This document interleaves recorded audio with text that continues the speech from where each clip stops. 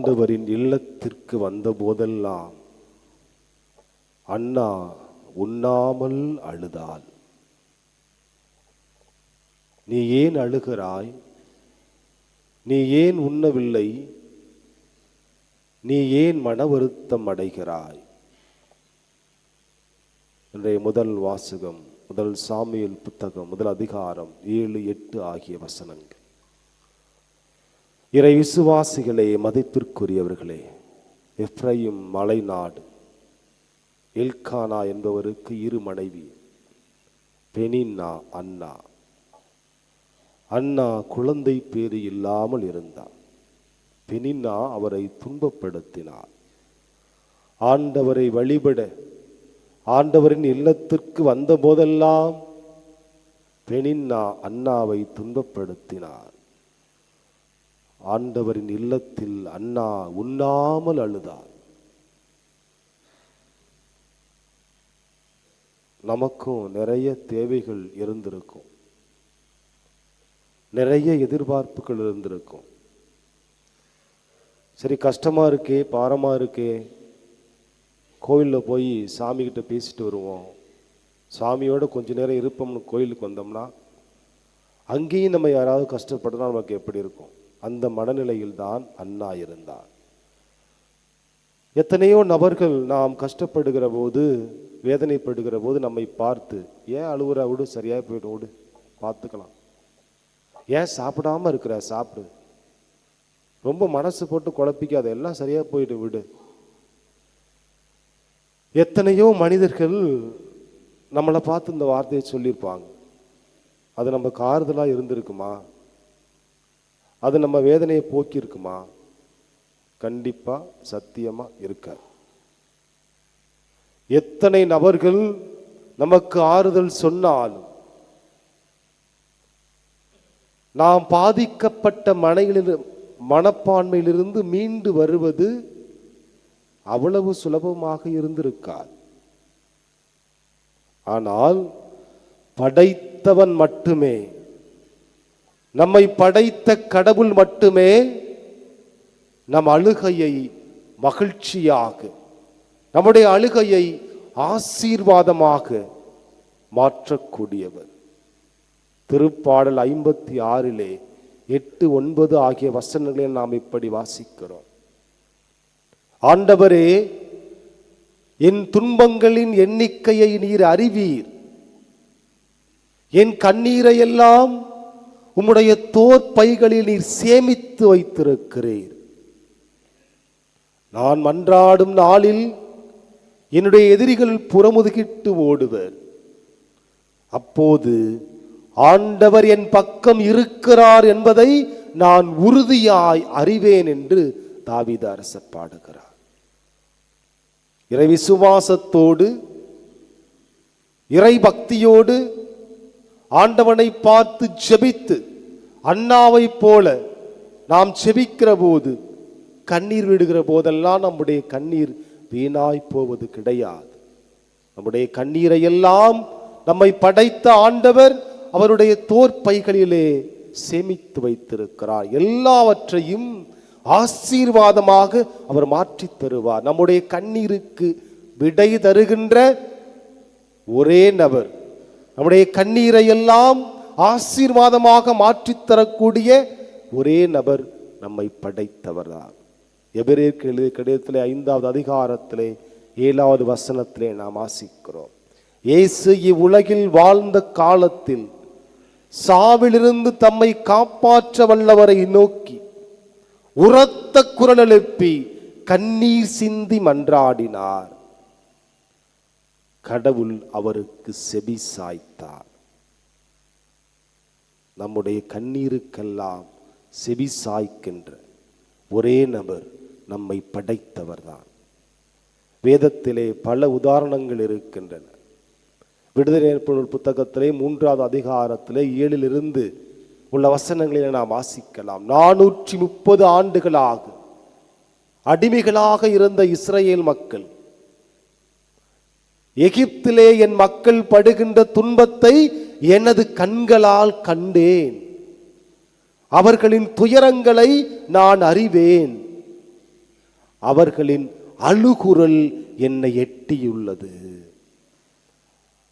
ஐயோ கடவுளே, சாமியே, மாதாவே, இன்னுமா எனக்கு நான் கேட்டதை செய்யாம இருக்கிறீங்க? நம்முடைய அழுகுரல் எல்லாம் கடவுளை எட்டும். தொடர்ந்து நாம் வாசிக்கிறோம். அவர்களை விடுவிக்கவும் வழிநடத்தி செல்லவும் நானே இறங்கி வந்துள்ளேன் என்று கடவுள் அப்பகுதியிலே மோய்சினோடு பேசுவார். இறை விசுவாசிகளே, மதிப்பிற்குரியவர்களே, உங்களுடைய கண்ணீர் எல்லாம், உங்களுடைய அழுகை எல்லாம் ஆண்டவரின் செவிகளை கண்டிப்பாக எட்டும். தொடக்க நூல் புத்தகத்திலே 20வது அதிகாரத்திலே 9 உள்ள வசனங்களை நாம் வாசிக்கிறோம். ஆகாரும் இஸ்மயேலும் சாராளால் வீட்டை விட்டு வெளியேற்றப்படுகிறார்கள். நடைபழகிய அந்த சிறு குழந்தையோடு ஆகார் பெயர்செபா பாலை நிலத்திலே அலைந்து திரிந்தார். கொஞ்சம் அப்பம் கொஞ்சம் தண்ணீரும் இருந்தது, அதுவும் தீர்ந்து போனது. பிள்ளையை ஒரு புதருக்கு அடியிலே கிடத்திவிட்டு ஆகார் கூக்குரலிட்டு அழுதாள். கூக்குரலிட்டு அழுதாள் என்று வேதத்திலே நாம் வாசிக்கிறோம். ஆகார் கூக்குரலிட்டு அழுதால் கடவுள் பையனின் அழுகுரலை கேட்டார். சத்தமா அந்த அம்மா அழுவுது, சாமியே, இப்படி நீ கைவிட்டுட்டியே சாமியே. கூக்குரலிட்டு அழுதால் கடவுள் பையனின் அழுகுரலை கேட்டார். ஆகாரின் கண்களை கடவுள் திறக்க நீருள்ள ஒரு கிணற்றை அவள் கண்டாள். அதில் தண்ணீர் எடுத்து தாகம் தீர்த்து தன்னுடைய பிள்ளைக்கு தண்ணீர் குடிக்க கொடுத்தால் ஆண்டவர் அவரை பார்த்து, ஆகார், அஞ்சாதே, உன் பிள்ளை வழியாக நான் ஒரு பெரிய இனத்தை தோன்றச் செய்வேன் என்று பேசிய பிறகு கடவுள் அவனோடு இருந்தார். கடவுள் இஸ்மயேலோடு இருந்தார், அவனும் வளர்ந்தான் என்று நாம் வரலாற்றிலே வாசிக்கிறோம். நாம் கூக்குரலிட்டு அழுதாலும் சரி, வேதனையோடு ஆண்டவருடைய சன்னிதானத்திலே நின்றாலும் சரி, வேதனையோடும் பெருமூச்சோடும் ஆண்டவரே எனக்கு உதவி செய்யும் என்று நாம் ஜெபித்தாலும் சரி, அவை எல்லாவற்றையும் கண்டிப்பாக ஆசீர்வாதமாக, நாம் கேட்பதை கொடுக்கின்ற ஆசீர்வாதமாக மாற்றித்தரக்கூடியவர் நம்மை படைத்தவர் தான். எசாயா புத்தகத்திலே 38வது அதிகாரத்திலே நாம் வாசிக்கிறோம். எசேக்கியா அரசன் நோய்வாய்ப்பட்டு சாகும் தருவாயில் இருந்தார்.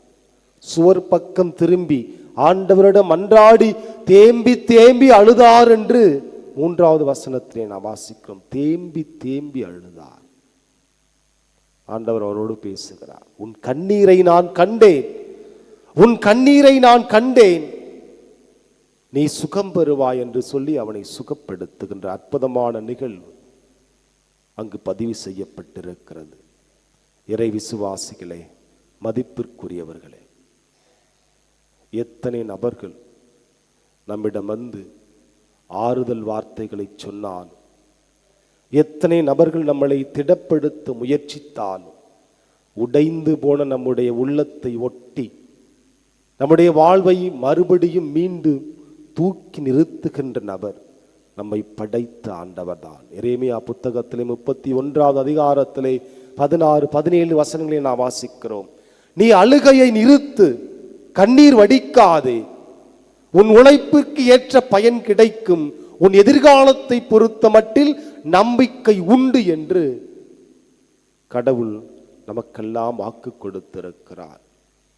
பிரியமானவர்களே, நம்முடைய கண்ணீரை கண்டிப்பாக கடவுள் மகிழ்ச்சியாக மாற்றி கொடுப்பார். திருவெளிப்பாடு புத்தகத்திலே 21வது அதிகாரத்திலே 3, 4 ஆகிய வசனங்களிலே இப்படி வாசிக்கிறோம். இதோ கடவுளின் உறைவிடம் மனிதர் நடுவே உள்ளது, அவர் அவர்களின் கண்ணீர் அனைத்தையும் துடைத்து விடுவார். இனி சாவு இருக்காது, துன்பம் இருக்காது, துயரம் இருக்காது, அழுகை இருக்காது, முன்பு நடந்தவை எல்லாம் மறைந்து போகும் என்று அந்த பகுதியிலே வாசிக்கிறோம்.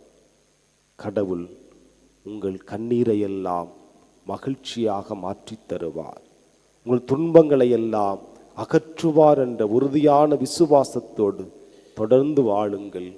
கண்களை மூடி நான் சொல்லுகின்ற சிறு ஜெபத்தை மறுபடியும் சொல்லுங்கள். ஆண்டவரே, ஆண்டவரே, ஆரோக்கிய மாதாவே, ஆரோக்கிய மாதாவே, என் கண்ணீரை துடைத்தருளும். என் கண்ணீரை துடைத்தருளும். என் எதிர்காலத்தை வளப்படுத்தும்.